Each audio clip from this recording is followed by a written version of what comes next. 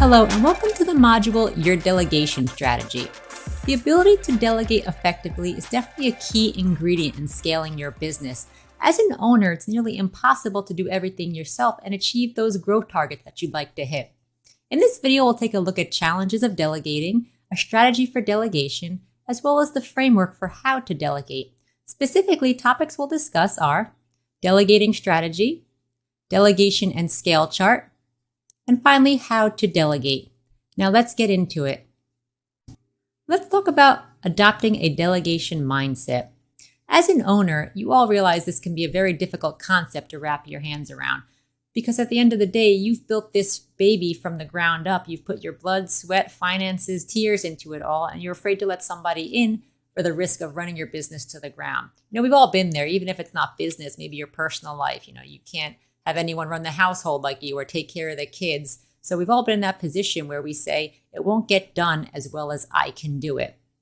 But that doesn't mean you shouldn't delegate. You'll actually find out that if you do bring other team members in to help you, they could actually do it better, but maybe in a different way or just as good as you. So you're doing yourself a disservice by just continually doing everything by yourself without exploring other opportunities of bringing on different team members to assist you. So don't be your own worst enemy in this mindset of, I constantly have to do everything myself. You have to think about delegating to others to help your business grow. And delegation is like any other corporate development initiative. It's the ability to apply resources to scale while simultaneously mitigating risks. And here the concept is, even though you're going to start bringing on people with this new delegation mindset, you have to do it strategically. You don't want to bring on a bunch of new people the first day and have them all start on a task they don't know. For example, someone who's brand new, you don't want them running supply chains or PPC. So things of that nature have to also come into play when you're delegating. Just make sure it's strategically done as well. Let's talk about the core challenges of actually delegating. First, and we're all guilty of this, we like to call it the if I could just clone me mindset. You're going to want to avoid this. And again, even in business and life, your day-to-day activities, we all say this. Oh, if I had another me, if I could clone myself, all my problems would go away. Things would run more smoothly. Things would be much better for me. But realistically, think about it. If you actually were able to find somebody who was just like you or clone yourself, would they really work for you? Would they be your employee? Probably not, because they'd be an entrepreneur like yourself and they would have started their own business already and they wouldn't actually come join forces with you and work for you. And even if you were able to clone yourself or find 50 people who were just like you, what good is a room full of plumbers? Meaning that you do want to explore other people's knowledge bases and their experience. So bringing on different people to your team will be beneficial because you might have not thought of things that another set of team members could bring to the table, right? So you want to make sure that you have all different mindsets in your company to help foster that growth. And also you want to watch out for the overpay problem. Here, we just want to point out that when you're taking on new people into your team, you want to make sure that you're paying them properly for their services. So for example, if you need an equity partner, they're going to be obviously very expensive. So you want to put some thought into that. Do I actually need a partner and what can I pay this partner? And also overpriced talent. When you're thinking about delegating tasks, you want to make sure that the people you bring on fit the bill to perform that task. You don't want to, for example, hire some, MD from a large investment bank who's got a really bloated salary. You bring them on and you find out that, hey, they don't know anything about e-commerce or Amazon. So strategically, you want to make sure that when you're delegating and you bring on team members to assist you, that you're also paying them appropriately for the task at hand. You'll want to select a specific delegation approach, whether that be top-down or bottom-up. Let's get into each one.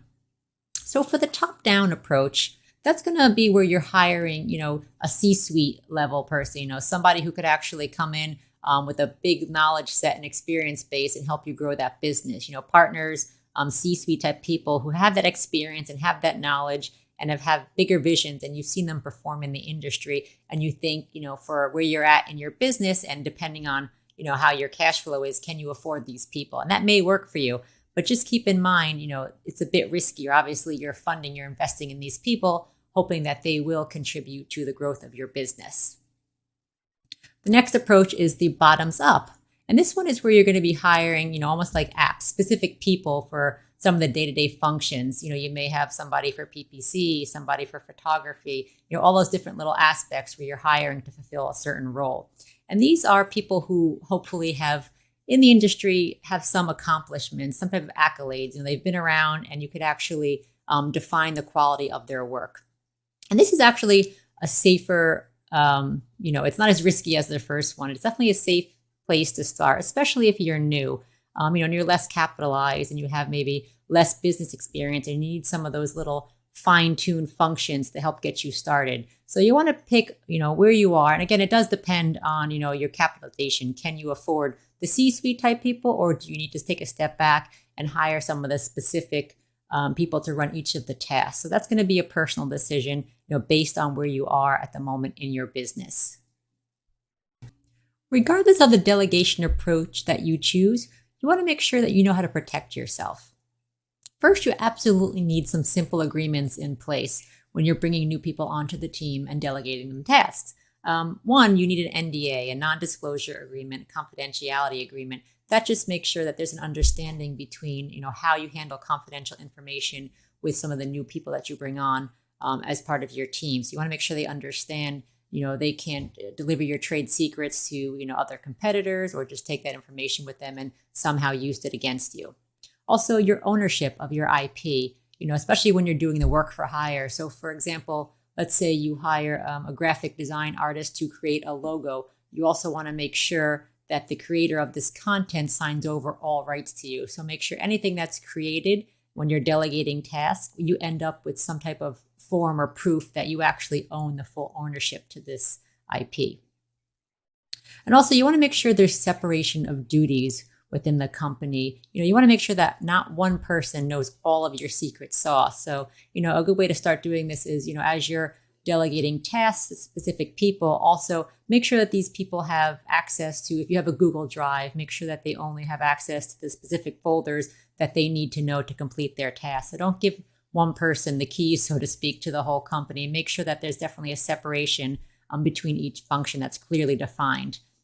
And also the point of this is you want to reduce someone's ability to walk away with your trade secrets and your secret sauce. You don't want anyone, coming to your company and taking everything that you've done and then recreating it for themselves and having them become a competitor. So you want to make sure that nobody walks away with your proprietary knowledge and uses it against you somehow. So just make sure, as you're expanding and delegating and bringing people on to support you, that you're properly having the segregation of duties and the paperwork in place to protect yourself going forward. Let's get into the nitty-gritty of your delegating strategy and how you actually would think about it and put pen to paper.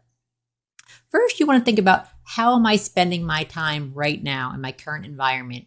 Maybe it's managing all aspects of the supply chain. Maybe you're doing Amazon platform management, customer service, paid media management, product launches. Maybe you're doing the financial admin, bookkeeping, taxes, payroll. And looking at these tasks, they are quite time consuming. Then you think, what should I be spending my time on? What is the most value I should be adding to my company? Maybe you think that, value added aspects of the supply chain you should be focusing on: supplier negotiation, product development, also Amazon platform growth. Your company and your niche better than anyone else on your team, most likely at this point. So maybe it's product launches, optimization, growth strategy. You have that vision that you want to apply to the business. And maybe it's strategic finance. Maybe you're at a point where you're looking for capital raise, performance analysis, forecasting. So a lot of these things, you have to weigh, what am I doing now? And what do I want to be doing, or what should I be doing to hit my targets and my growth? Next, you want to talk about, what would I least likely delegate? Like right now, what do you want to handhold and you can't see yourself giving up? Maybe it is that product development. Like I said, you know your product line best and your customer base best right now on your team. So you want to stick to doing that. Also product launches. You've had many successful product launches in the past and you want to keep it that way. Maybe you're not ready to let go of that task just yet. And also the vision and strategy, because again, at the end of the day, you've created this company with this vision. If it is successful at the moment, why sort of, create problems when you don't need to? So maybe that's something you wouldn't be delegating at the moment. And then you talk about, what would I most likely delegate? Now, these are going to probably be a lot of things that can be transferred easily. Maybe there's SOPs in place already, and it is easy for you to let go of these things and pass them on to somebody else. And these are considered the lower value added activities that can be easily passed on. For example, customer service is a good example. And obviously accounting and taxes.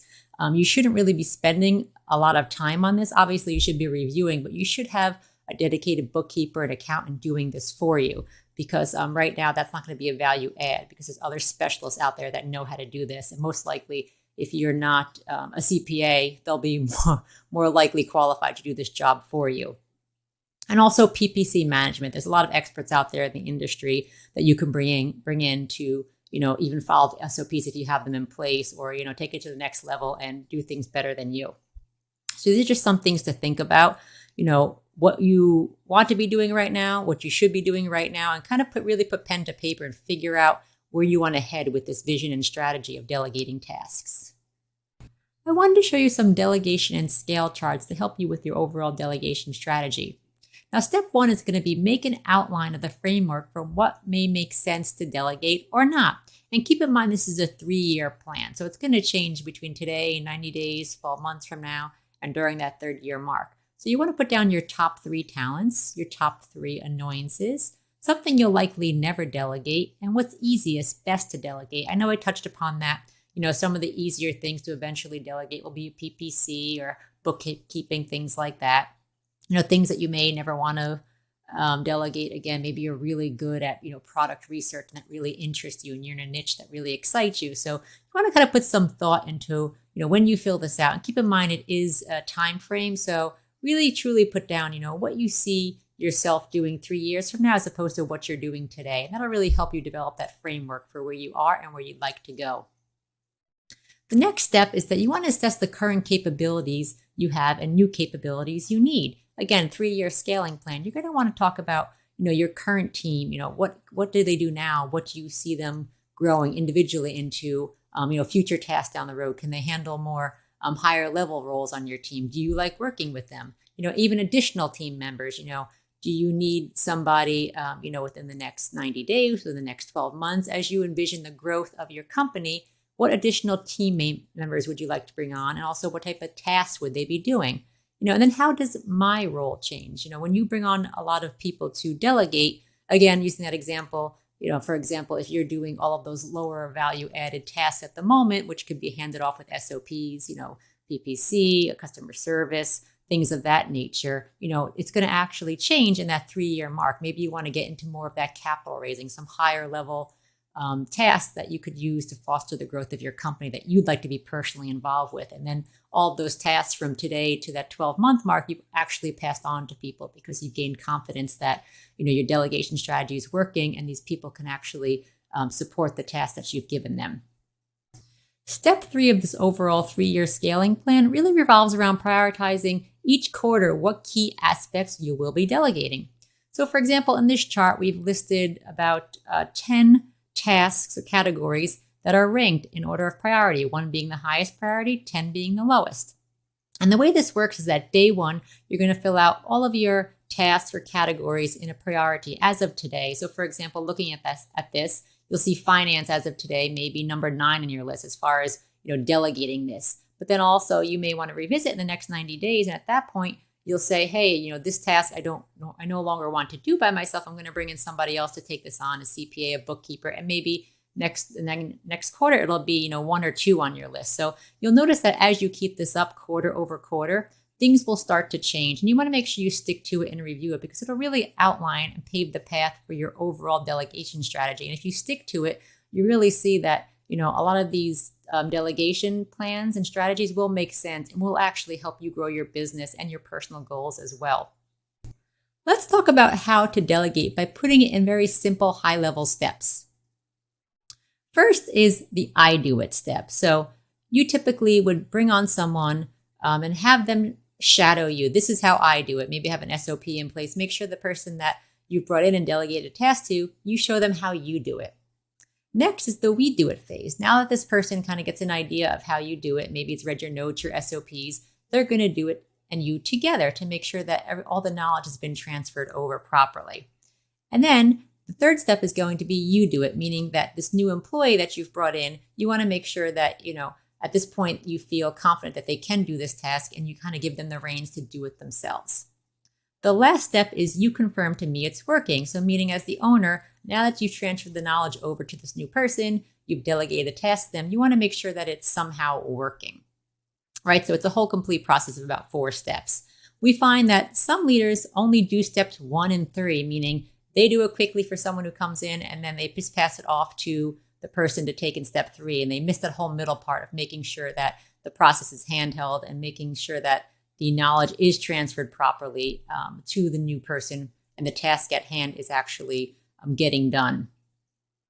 And then we also find that some leaders don't watch over step 3. So when you transfer that knowledge quickly in step 1 and you pass it off and you're already at step 3, missing step 2, there's nobody there actually watching the output, the work that this new employee is producing for you.